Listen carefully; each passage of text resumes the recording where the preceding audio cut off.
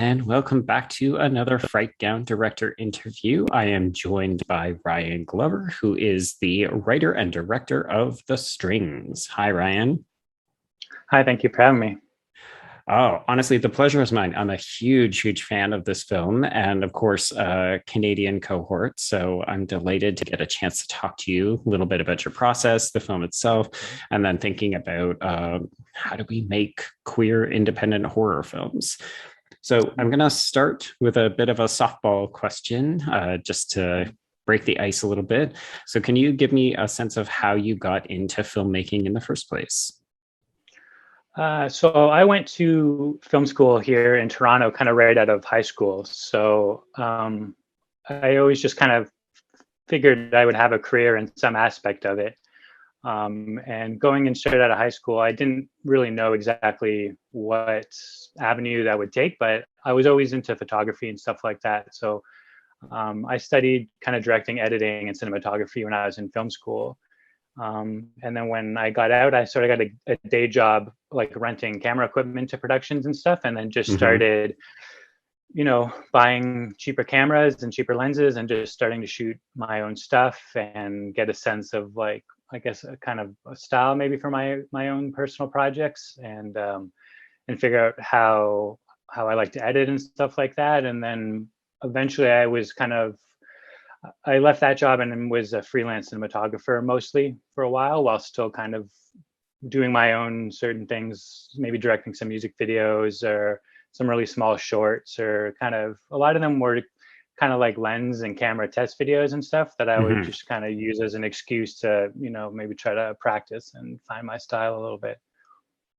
So did you always envision being like a writer and a director? Because I noticed like when I was looking through your IMDb credits, like you've got a really extensive series of credits as like cinematography and that kind of stuff. Yeah, like when I came out of film school, what I wanted to, at least co-write and direct, or have something to do with the writing and directing and maybe shooting them as well. So yeah. Okay, cool.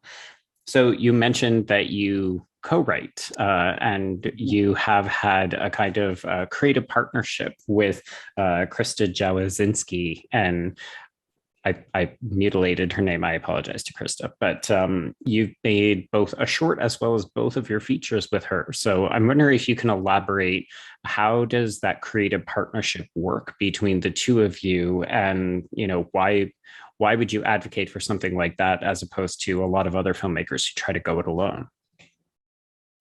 Yeah, well, Chris and we met in film school, and then we began dating kind of like shortly thereafter, and just working on some shorts together. And we were both doing kind of the film equipment rental thing, and then we would take our vacations to work on our projects together.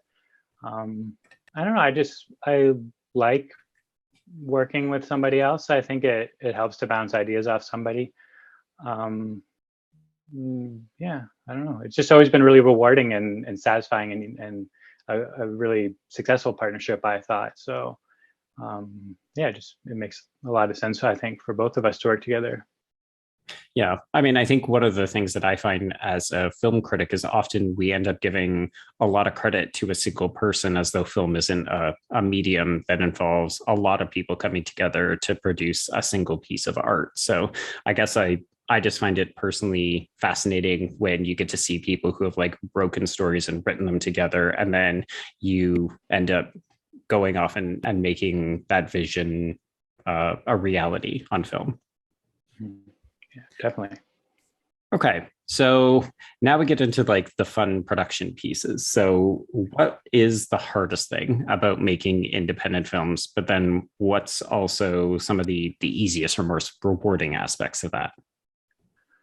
I mean, for us, I guess, and for a lot of truly indie filmmakers, I'm sure it's time is just every day you add can add a lot to the budget in the end. So it's about kind of tailoring the scale of what you think you can pull off successfully, and then kind of working backwards from that. At least on our end, that's sort of how we look at it. So it's just time and money, and then yeah, sometimes you're gonna have to let certain things that you you wish you could accomplish right now, and you'll have to kind of leave those out this time. Like the ending of The Strings was kind of conceived as something a little bit more ambitious, and Right. it just became pretty clear that it would be impossible. And even the ending we shot was borderline impossible for the way that we made that film. So Okay. We'll dig into yeah. that in a moment. um, Yeah. and what's the best thing or the easiest thing? I think the easiest thing is just I think you can preserve like the core vision of the project a little bit more. I think there's always going to be maybe like two or three core people at the center of a project, and I think kind of the smaller you can keep the production and the team, and especially if you can find a way to fund it yourself, then you really get to keep what you first envisioned as why you wanted to make the project in the first place. You can kind of keep that all the way through the end, because a lot of films, I think, spend a lot of times in development and rounds and notes, and Yeah. I think a lot of times maybe the rougher edges of something that makes a project special kind of get smoothed away after 2 or 3 years of a project, like Right. with many hands kind of working on it. So yeah, I think it's just a little bit more singular and handmade, and yeah, it might be rough around the edges, but I think you have maybe a better chance of like really connecting with maybe a smaller audience, but I think connecting with people kind of maybe more fully. Interesting. Okay, so let's specifically zero in on The Strings. This is a Canadian film. You shot it in PEI. For those who don't know Canada, it's an extremely tiny little island on the east coast of Canada. You don't see a lot of films that get made there, but I'm interested to hear, where did the idea for the film come from? And then can you kind of walk us through what the production entailed, including if you've got any sort of fun insights about shooting on such a remote location? Sure. I guess the film kind of came together in two halves, and the first half being that the cottage in the film has just been in my family for a long time, so Okay. I'm very familiar with it. And if you're gonna set a movie, kind of more or less one place, like having access to that place for cheap or for free is a pretty big deal for a movie like us. So Right. maybe like the last time I had visited there just on holiday before we went back in the winter to shoot the film, I kind of got the idea of what it would be like in the winter, because in the summer it's there's hundreds of cars lining all the streets by that Right. beach, and like it's ram packed. So and I'd never been to Prince Edward Island in the winter, and we never like scouted it in the winter or anything, but we Right. kind of assumed that there'd be like one or two people in that whole subdivision, and then the rest would be empty, which it was in the end. Hmm. So that was the genesis for half the idea. And pretty early on, I was thinking about an artist going to like work for a couple of weeks, like alone, and leaving certain things behind. But I didn't really know what it would be. And then I started working with Tegan on her music videos, and then it kind of just clicked together that and our music videos are also like very run and gun and small, and sometimes there's fake blood, and like kind of the moods are similar, like in the tones of her songs and stuff, so it kind of just came together that way. And those are kind of the two halves that sort of got the project off the ground for us. Mhm. So I asked you earlier about your partnership with Krista, but it also feels like maybe there was some kind of creative partnership with Tegan, not just like because you two knew each other, but there's large parts of the strings that almost feels like non-scripted and improvised, or maybe like it was, here's the scenario, I'm going to let you kind of have at it. Was that the case? How do you plan for those kinds of interactions? I'm not sure like how much was like truly improvised, but it was definitely like a very strong and back and forth like creative partnership for sure. And like we didn't have much time in pre-production or to rehearse or anything, but like we sort of found the style of the songs and the music and how they were going to be, kind of working backwards from visually how I was imagining it, with like the longer shots of all the equipment laid out and stuff, and then kind of workshopped a little bit of a sound and how it would come across. And then yeah, it was a lot of it was fun. There was a lot of just, maybe three of us, maybe just the two of us working on certain scenes. If Krista was doing something like really producery and important, like Not at the Cottage. And, it was a lot of trying something and then all of us kind of watching playback, and learning from that, and then talking about it, and then, trying something different, or maybe the same, but just trying it again and see what would happen. And yeah, so it was definitely a partnership back and forth. And I think I think it shows in the film. I think it was really rewarding for us. And how long did you end up shooting for? Because it's like, it's obviously a low budget film, but because you had access to the cottage, you maybe had a little bit more flexibility in terms of dates. But I still can't imagine it was like, not talking like a 30-day shoot or anything. No, I believe in Prince Edward Island we were 12 days. I believe. It's already been, like, it was in 2019. Yeah, it's when been we a shot while, it. right? So it's, yeah, and it wasn't very flexible. And there's a massive snowstorm here, so we had to delay 24 hours leaving, which it worked out sort of, because we got all the driving montage like looked really extra precarious because there was just like 3 feet of snow on the ground. But we got there a day late, and then so we had to stay a day late. But we were booked to shoot the last sequence of the film back at that like music venue in Toronto at a specific Right.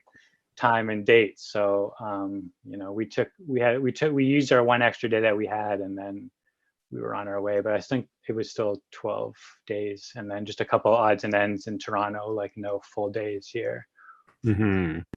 And this is only your second feature. So what were some of the things that you ended up learning about the process? Because like there's a lot of outdoor shots. As you said, this is filmed in the winter. It's, the film looks cold, but I think part of that is also like, that's what a Canadian winter is like.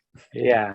Well, the weather was very strange when we were there, because when we got there, it was on the tail end of the storm, and everything was frozen solid under a couple feet of snow and ice. And then we shot certain things, and then a few days later, I think it was like a tropical depression came through, and then it was around zero and pouring rain, and like a lot of the snow melted. So like continuity wise, the weather is a little bit all over. So some of it's some creative color grading and stuff, but there was like enough of it was cold, very cold, like for sure.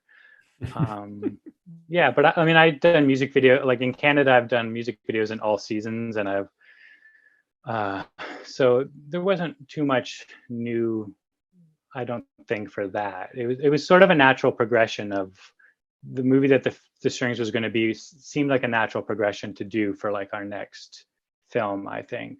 And it being music, also like having so many music videos that I had shot, like felt pretty comfortable, even though what we were going for was like an anti-music video with no cutting and no special close-ups to kind of show off the more music video moments. But yeah, so walk us through some of those technical details, because that's one of the things I really really like about the film is just it's very deliberately paced, and you're not doing a lot of edits. Like you're letting, I think, the audience's imagination run wild with possibilities, because there's not a lot of like special effects, there's not a lot of gore, so it's all about that mood, that atmosphere, and that music.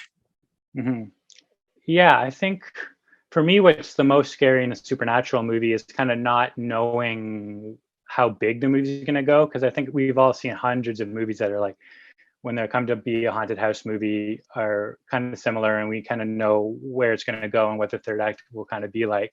Yeah. So it was more about trying to slow things down to real time, and maybe like kind of hopefully people could slide into the character's shoes a little bit and sort of like experience like a haunting more so than watching like a haunted house movie.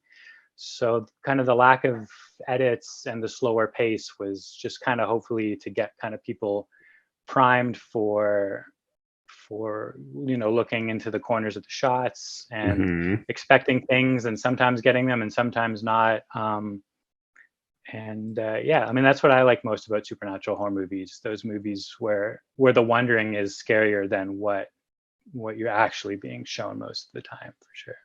Absolutely. Yeah. So let's talk about Catherine as a character. So Tegan Johnson, just you know, she's obviously better known for her music than her acting, but as you said, she does sort of lean into genre elements in some of her music and her videos.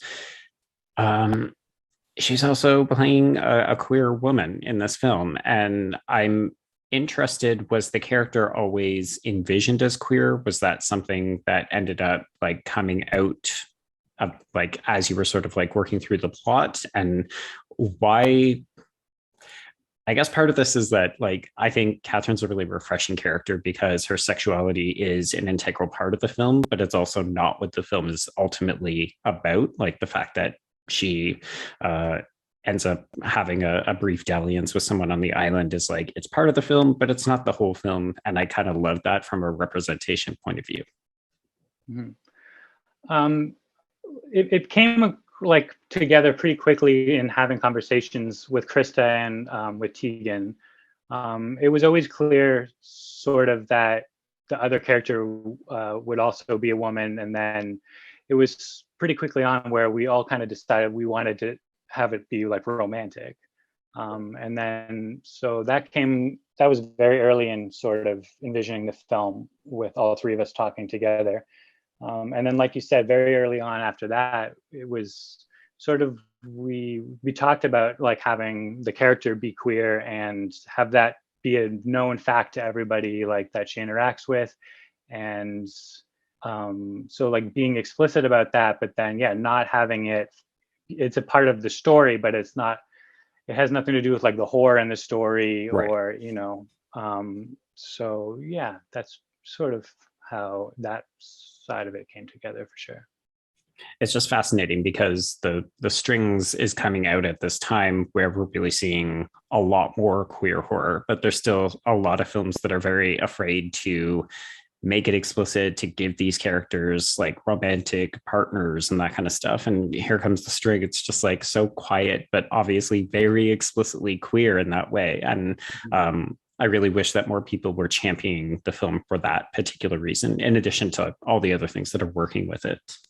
Mhm. Okay. One more sort of like production-y release question.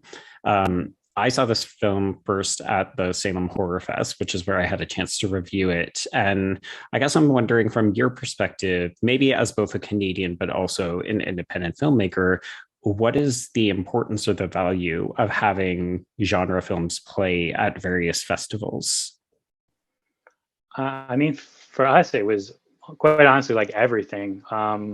We don't have strong connections really, and to get into really big film festivals with our first film. So having Salem was a dream come true for us. And very quickly after we showed them the film, they were like really excited about it, and then we got really excited about it. And then the response during the whole festival, because it lasted, that the first one was on for maybe the whole month of October, and it was just amazing for all of us to see people, because there was definitely a time where we didn't know, A, if anybody would ever see it, or B, like how many people would see it. So to start that way and have a world premiere at Salem, it was just incredible. And um, it was the first one, and then I think it got us on the radar of other film festivals. And so yeah, it's vital to truly independent filmmaking for sure.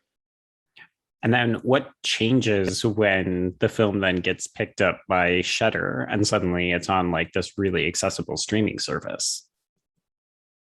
Um, that's a good question. I'm not sure.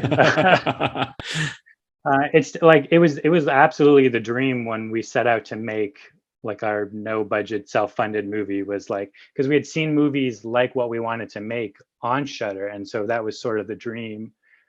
Um, and so to have it come out, it's just beyond like our wildest dreams for sure. And with any fandoms, like there's good and there's bad, and obviously Shudder is very visible, so you have to take that with it. But the response has been amazing, and so many people are watching it and sending us nice feedback, and thinking about the film like we hoped it would be somewhat thought provoking, and like a lot of people are thinking about the film after they watch it and asking questions, and yeah, it's just been amazing, and it's just been, yeah, I mean, yeah, the Shutter audience is way bigger than anything we kind of dreamed that we would be able to show the film to. So it's been pretty unreal.